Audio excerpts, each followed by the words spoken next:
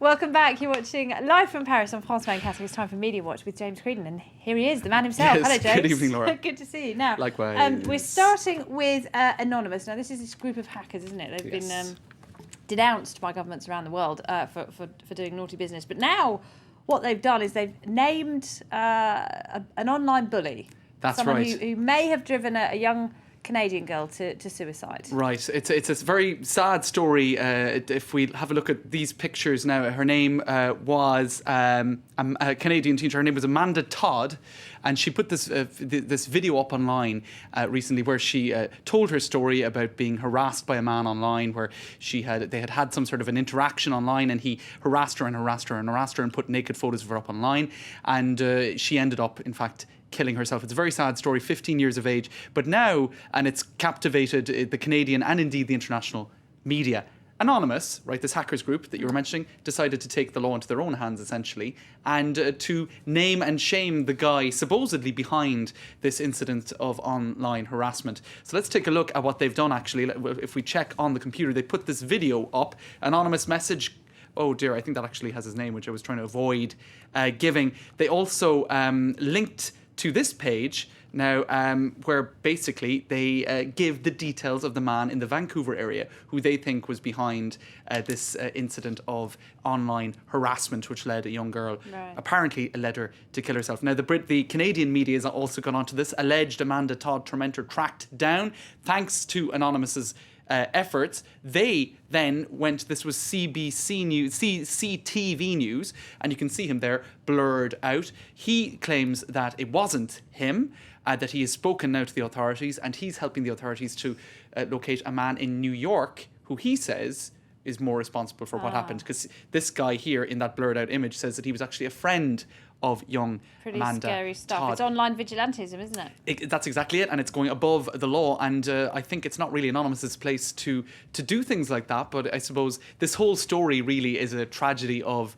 the modern internet age, where you have interactions online that go overboard, and where people are going online for I suppose because they lack confidence, they're looking for interactions, and it turns into this horrible tragedy. And then you've got this group of hackers who are taking the law into their own hands in terms of trying to resolve it, right? And here you have one tweet, I suppose, in French, actually, because this is a story that has taken on an international interest. Presumption of innocence dismissed, judicial system ignored, and a judgment without any proof. Welcome to the world of Anonymous. So there you go. Pretty scary stuff. All right, let's move on to something else now. There's two stories about demographics today. One of them in the Israeli newspaper Haaretz. That's right. Now, a couple of people brought this story to my attention. The Jewish majority is history. Now, this is a rather odd headline to be reading in Haaretz, seeing as the population of Israel is still quite a significant majority of Jews. But this was down to an Israeli finance ministry report, which includes the population of the Gaza Strip, and says the 12 million people in the whole area, and it's a minority of Jews now, according to statistics released in April by the Central Statistics Bureau. Now, a lot of people saying, hold on a minute, Israel withdrew from Gaza. These statistics are unhelpful because that's not the actual population of the Israeli state. Right. But there you go. You have these kind of bizarre statistics being thrown around, and many people using this then as an argument for apartheid is here, because I suppose that demographically this perhaps is down the line in Israel, whereby demographics show that perhaps the Jews will be in a minority. So that is, I suppose, a touchy issue.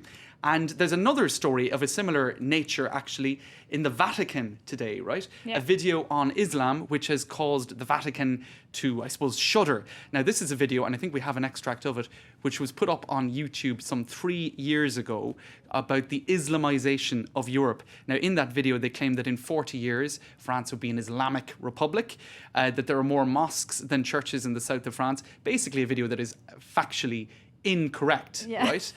Saying that actual Muslim women in France have a birth rate of 8.1 babies. Now, I think if that were the case, we'd be swimming in Muslim babies. And who made this film?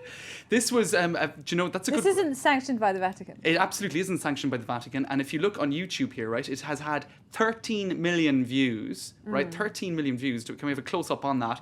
Because I suppose it has had a lot of attention in the last 3 years. 13 million people have watched it. 13, but take a look at this, right? Because BBC Radio 4 put out a Muslim demographics The Truth video, which questioned the statistics and less than 10% have seen it. That's right, 137,000 Right. people have saw it. So what is the truth? What people believe or the actual truth? I suppose the latter, more than Another likely. way to use the internet. Absolutely. Scaremongering videos. So there you go. Demographics and people getting worried about majorities and I suppose sometimes the facts getting lost along the way. So a couple of Okay. those stories. All right, today. let's talk about Felix Baumgartner, the man that jumped out of space and lived to tell the tale. I love this story, right? He jumped, as you were saying, He must out be of bored space. now. What's he going to do now? Well, what about getting into the RERB and trying to cross Paris? This is his good luck next to challenge, you. right? Good luck to you, Felix. This was in the French media. His next big challenge is to cross Ile-de-France, which is the Paris area. In one go or over several weeks? I would say over several weeks or months. And you see a photo of him there. Perhaps he's already started. There he is in the RERB, a notoriously bad suburban we rail know it line well, don't we, in James? Paris. Oh, goodness, it's a bit of a nightmare. Oh dear. All right, now finally. Oh dear, what is this? A study that proves the French do smell of garlic, presumably, or All something right, else. this was a study by a BVA poll for hygiene product manufacturer Torque. Right, so not probably that reliable, but it's been picked up by the US media and elsewhere.